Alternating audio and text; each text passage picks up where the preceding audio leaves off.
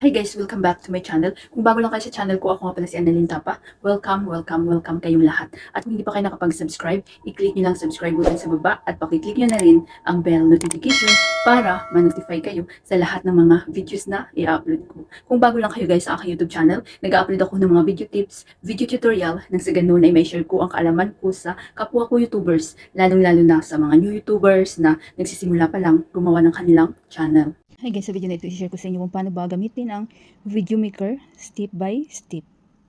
So napakaganda ng apps nito guys, napakadaling gamitin sa pag-i-edit ng mga videos, lalo na kapag nag-start pa lang kayo mag-vlog. So pwede siya sa Android, pwede siya sa iPhone, ang gamit ko always is Android. So pag na-install nyo na guys sa inyong mga mobile, i-open na natin. So pag na-open nyo ang Video Maker, may makikita kayong new project. Then mayroong video.grow. So i-click nyo lang tong plus, then mapupunta kayo sa inyong gallery. So, mayroong mga photo, may all. So, dapat guys, mayroon na kayong naka-ready na video na i-edit nyo. So, maghanap lang ako dito guys ng video na ihalimbawa natin. So, halimbawa guys, ito yung video na ihalimbawa natin. Then, nakita nyo yung red na arrow, i-click nyo lang yan. So, dito na tayo sa loob ng Video Maker. So, i-play natin guys. Hi guys, welcome back to my channel.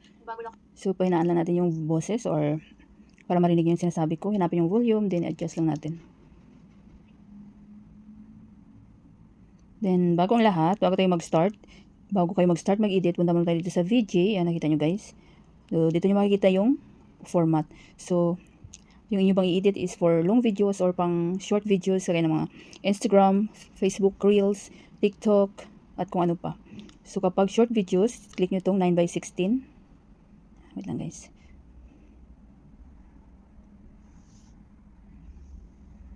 Kapag short videos, 9:16. So, ayan, nag-iiba siya guys. Para walang mga problema mamaya kapag i-upload nyo na yun yung mga videos. Pag long video naman, dito sa 16:9. Ayan. So, dito lang muna tayo sa 16:9 guys para malaki yung screen. Then, check. Then, dito si Video Maker, mayroon din mga music guys. Ayan, sounds. So, may mga sounds din siya dito pero huwag kayong kumuha dito guys kasi kapag i-monetize nyo yung mga YouTube channel is baka makapiright kayo. So, hindi safe. So, dapat meron kayong sariling music na walang copyright. So, check nyo sa aking tutorial guys kung saan kukuha ng mga free music para sa inyong mga YouTube videos. So, pag mayroon kayong kapag mga for fun lang naman guys, pwede naman kayong kumuha dito ng music. So, pag may na download kayong mga music na free lang, punta kayo sa open from. Then, my files. Then, SD card. So, dito nyo makikita yung music na na-download nyo na walang copyright. Then, click nyo ang music.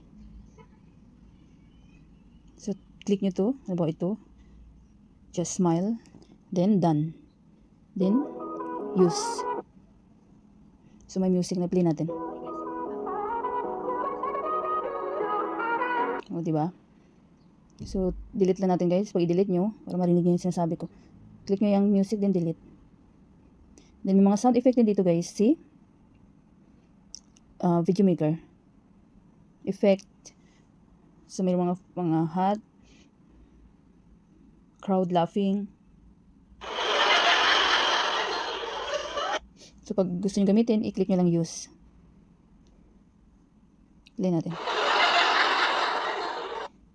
So, delete lang natin. Then, mayroon ding record kapag mag-voice over kayo guys. Yung extract, halimbawa may mga video kayo na download na may music, tapos walang copyright, pwede rin siyang i-extract. Halimbawa may mga video kayo dyan. Then, i-record. Ito yung pinaka-favorite ko rin dito sa Video Maker. So, i-click nyo lang tong red, then mag-start na yan siya guys. Hi guys, sa video na ito, i-share ko sa inyo kung paano gamitin ang Video Maker apps. Stop. Check. Play natin. Hi guys, sa video na ito, i-share ko sa inyo kung paano gamitin ang Video Maker apps. O, diba? Mayroon ang voice over guys.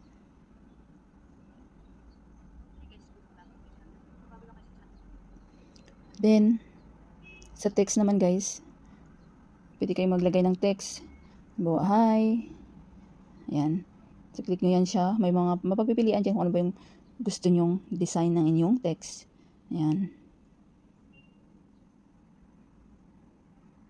May mga kulay din, colors. Depende sa inyo kung ano yung bet nyo mga colors. So, dapat yung malinaw, di ba? So, lagyan natin yung white. Yan. Pwede rin lagyan ng animation. Font. Meron din mga font, guys. So, ang animation, ayan, click nyo itong parang star. May feed in. Okay, guys, sa video na ito. Ayan. So, tanggalin na natin yan. May mga sticker din. Emoji, stickers. Yan, may mga sticker din dyan, guys, see? Video maker. Yan.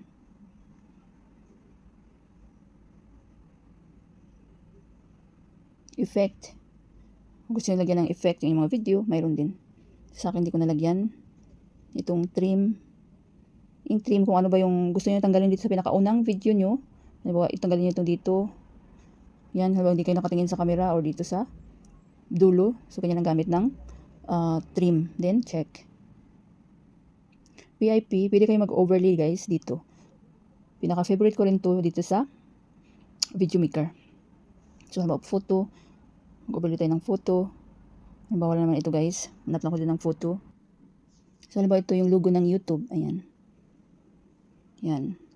So, pwede siyang i-adjust. Saan nyo ba pwedeng ipwesto? Dito sa taas, sa baba. Ayan, nagagalaw-galaw siya, guys. Dito sa gitna. Ayan. Halimbawa dito sa taas. Pwede siyang palitan, pwede siyang palakihan. Yan. Then, check nyo lang.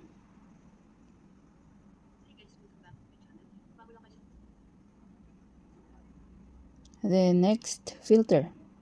Kung gusto nyo mag-filter, habang hindi malinaw yung inyong mga videos, pwede kayong gumamit ng filter, guys. Pili lang kayo dyan kung ano yung bet nyo. Sa akin, hindi ko na kailangan kasi malinaw naman yung aking video. Then, speed. Pwede nyong pabilisan, pahinaan, pabagalan, yung slow-mo, pabilisan yung inyong videos. So, pwede nyo itong gamitin sa mga short videos or sa mga yung mahabang video nyo para hindi masyadong mabuboring yung inyong viewers. So, pwede siyang pabagalan or pabilisan, guys. So, itong one ang normal. So, pag nandito kayo kapag i-click nyo pa left, ang bagal niya yan, guys. Ayan, diba? So, balikan natin dito sa normal. Kung pabilisan nyo naman, guys, ang bilis naman. Hi, guys. Sa video na ito, share ko sa inyo kung paano gamitin. Then, balik lang natin dito sa 1 yung normal. So, napaka-helpful din ito, guys, dito sa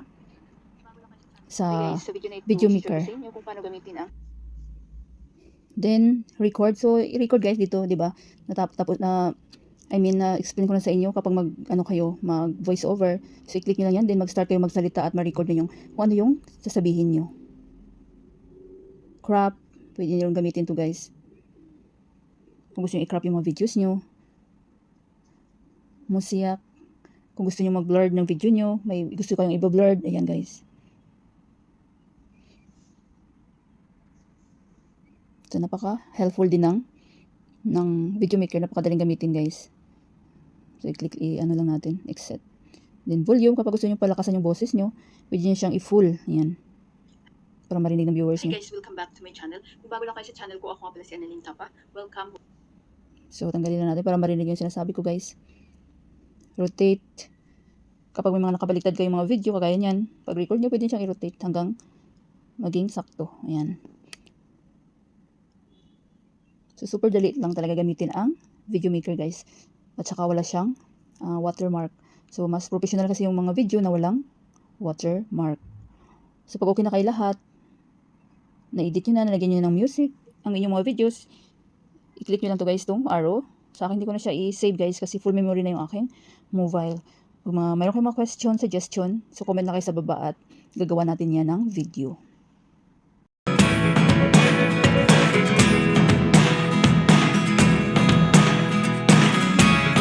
Never really know what's going on.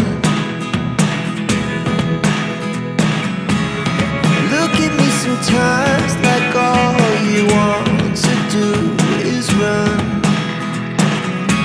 Hear me out, hear me out. It's all the things